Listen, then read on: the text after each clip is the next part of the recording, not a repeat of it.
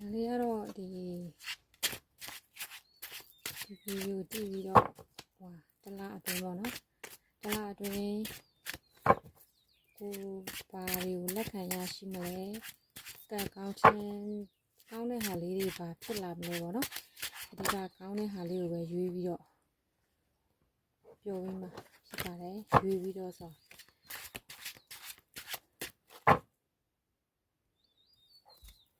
ဒါတော့ general reading ပေါ့နော်ဒီဗီဒီယိုကြည့်နေတဲ့လူတွေနဲ့လူတွေကိုဖြစ်ပြီးတော့ဖတ်ပေးကြတာဖြစ်ပါတယ်ကံကောင်းခြင်းတွေပါလေးတွေဖြစ်လာမလဲပေါ့နော်ကံကောင်းခြင်းတွေပါလေးတွေဖြစ်လာမလဲဆိုပေါ့နော် Wheel of Fortune နဲ့ Page of Wands သူကငွေကြီးလဲကံကောင်းလာမယ်ငွေကြီးလဲကံကောင်းလာမယ်ကောင်းအကုန်လုံးပေါ့နော်ကိုလက်အားအကုန်လုံးတခုခုဆိုလဲအသစ်စတင်လာမယ်အဲ့လိုပြောမယ်ဆိုရင်အရင်ကံကြမ္မာတပည့်ပြန်လဲလာတယ်လို့ပေါ့နော်အရင်အခုဒီမနေ့ကဆိုအတိတ်ကအဲ့လိုဆိုးခဲ့တဲ့အရာလေးတွေကအကုန်လုံးပြီးမြပြီးတော့ကံကောင်းခြင်းရောက်လာမယ်ကံကောင်းခြင်းတွေကိုအတွက်ကံကောင်းခြင်းတွေအရှိမစောင့်ကြိုနေပေါ့နော်ဒီ reading ကြည့်ပြီးရတယ်တလအတွင်းကိုကိုမမြင်နိုင်တဲ့အဆောင်ရှောက်လေးတွေကလည်းကိုကိုစောင့်ရှောက်နေရပေါ့နော်ဝေးကြီးနဲ့ပတ်သက်ပြီးတော့လည်းကံကောင်းလာမယ်ကန်ဆိုးတဲ့ဟာတွေဆိုလဲတပတ်လေပြီးသွားပြီပေါ့နော်ကိုကန်ကောင်းခြင်းတွေကိုကစတင်ခံစားရတော့မယ်ပြီးရင်အစွဲလန်းအရင်ကဆွဲလန်းပြီးတော့ဖျောက်ဖျက်လို့ရတဲ့ attach ဖြစ်နေတဲ့အရာလေးတွေလည်းပြပြောက်သွားပြီးတော့ကိုကောင်းဆုံးနေထိုင်သွားနိုင်မယ်ပေါ့နော်ကိုစိတ်အေးချမ်းသွားနိုင်မယ်ချစ်ချင်းမြတ်တာနဲ့ပတ်သက်ပြီးတော့လဲ1528မှာအပေးယူမြများနဲ့ကိုကလည်းတေချာလေးမြတ်တာထားပြီးတော့ဘလို့ပေါ့နော်အားလုံးနဲ့အပေးယူများတာနဲ့ဆက်ဆံသွားနိုင်မယ်အဲ့လိုဆွဲလန်းတာတွေပါတယ်မရှိတော့ဘူးပေါ့နော်အဲ့လိုမျိုး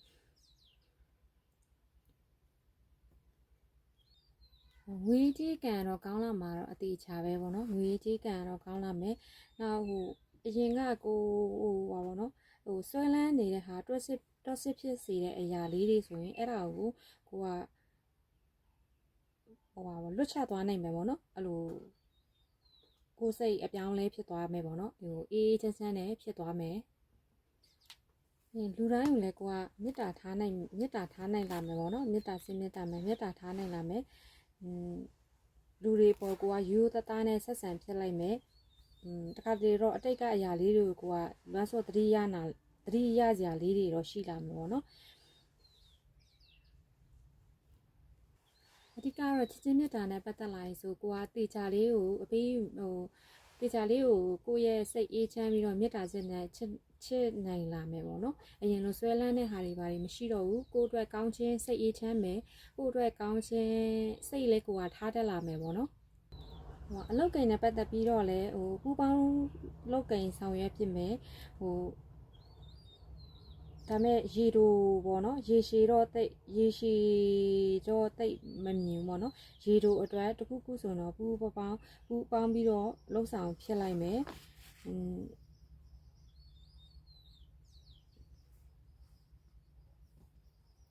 ဒါမဲ့ကိုကတော့ရှေ့ဆက်သွားဖို့ပဲပေါ့နော်အလုံးဆိုလဲရှေ့ဆက်ပြီးတော့ကောင်းအောင်ဘယ်လိုလုပ်ရမလဲအဲ့လိုပဲပေါ့နော်ကိုရဲ့စိတ်ကူးအိမ်မက်တွေအတိုင်းရှေ့ဆက်သွားတာမျိုးချန်နေပေါ့နော်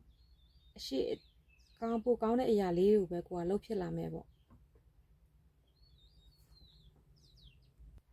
နောက်ပြီးအချင်းရင်းနဲ့ပတ်သက်ပြီးဆိုလဲကိုကစိတ်ရှည်ပြီးနိုင်လာမယ်ပေါ့နော်အရင်ကလို့စိတ်မြန်လက်မြန်ဆုံးဖြတ်တာတွေစိတ်မြန်လက်မြန်ဆက်ဆံတာတွေကိုမကြည်သလိုပြောတာတွေအဲ့လိုတွေမရှိတော့ဘဲနဲ့စိတ်ရှည်လက်ရှည်နဲ့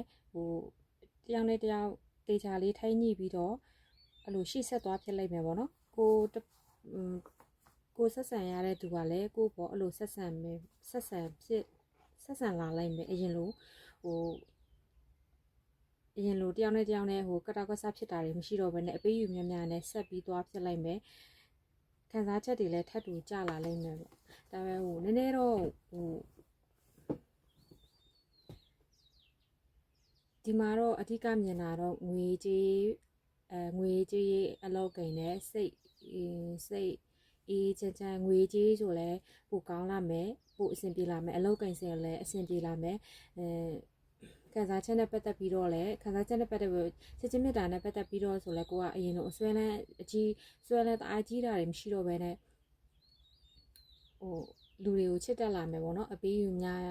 နဲ့မေတ္တာစင်နဲ့အဲ့လိုချစ်တက်လာမယ် attachment တွေပါတယ်မထားတော့ဘဲနဲ့928ရော1500ရောအဲ့လိုမျိုးဆက်ဆံဖြစ်လာမယ်လောက်ကိန်းမှာဆိုလဲပူပေါင်းဆောင်ရွက်ခြင်းဖြင့်အောင်မြင်မှုရလာမယ်ပေါ့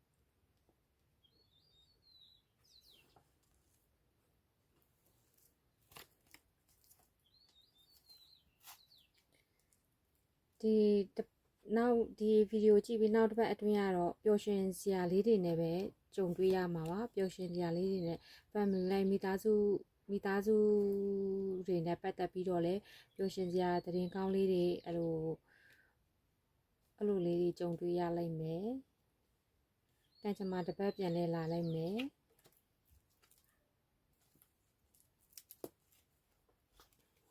အဓိကတော့ငွေကြေးကောင်းပါတယ်ငွေကြေးအဓိကကောင်းမယ်အရင်ကပိတ်လမ်းကြောင်းတွေပိတ်နေဆိုလဲဒီဗီဒီယိုကြည့်ပြရတယ်ဟိုငွေကြေးဆိုလဲအဆင်ပြေလာမယ်အလောက်ကိန်းဆိုလဲအဆင်ပြေလာမယ်ချစ်ချင်းမြတ်တာမှာဆိုလဲကိုကချစ်တက်လာမယ်ဆိုအရင်လို attachment တွေပါတယ်မရှိတော့ဘဲနဲ့ဟိုတေးကြလေးဟိုကိုယ်စိတ်လဲအေးချမ်းအောင်ဟိုတစ်ဖက်လူလဲအေးချမ်းအောင်အဲ့လိုမျိုးချစ်တက်လာလိမ့်မယ်အပေးယူများများနဲ့ထိန်းညှိသွားလိမ့်မယ်ပေါ့နော်ဒီဗီဒီယိုကြည့်ပြီးတစ်လအတွင်းမှာဖြစ်လာမယ့်ဟာလေးပေါ့နော်ဒီမှာဆိုရင်fire sign နဲ့ water sign fire sign water sign earth sign အသုံးခု strong ဖြစ်တယ်အဲ့ဒါလေးမြင်ရတယ်ဟုတ်တယ်what fire sign နဲ့ water sign strong ဖြစ်တယ်အဲ့ဒါ fire sign ဆိုရင်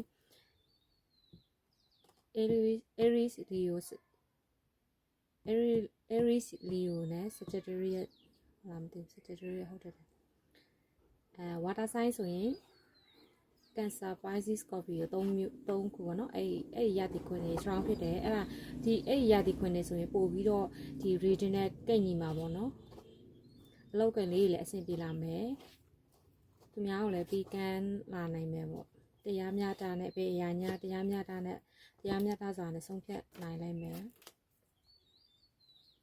ဒါတော့ဒီဗီဒီယိုကြည့်ပြီးဟိုပါပေါ့နော်တလအတွင်းဖြစ်လာမယ့်ဟာလေးတွေမြင်တာလေးကိုပြောပြထားပြီးတာဖြစ်ပါတယ်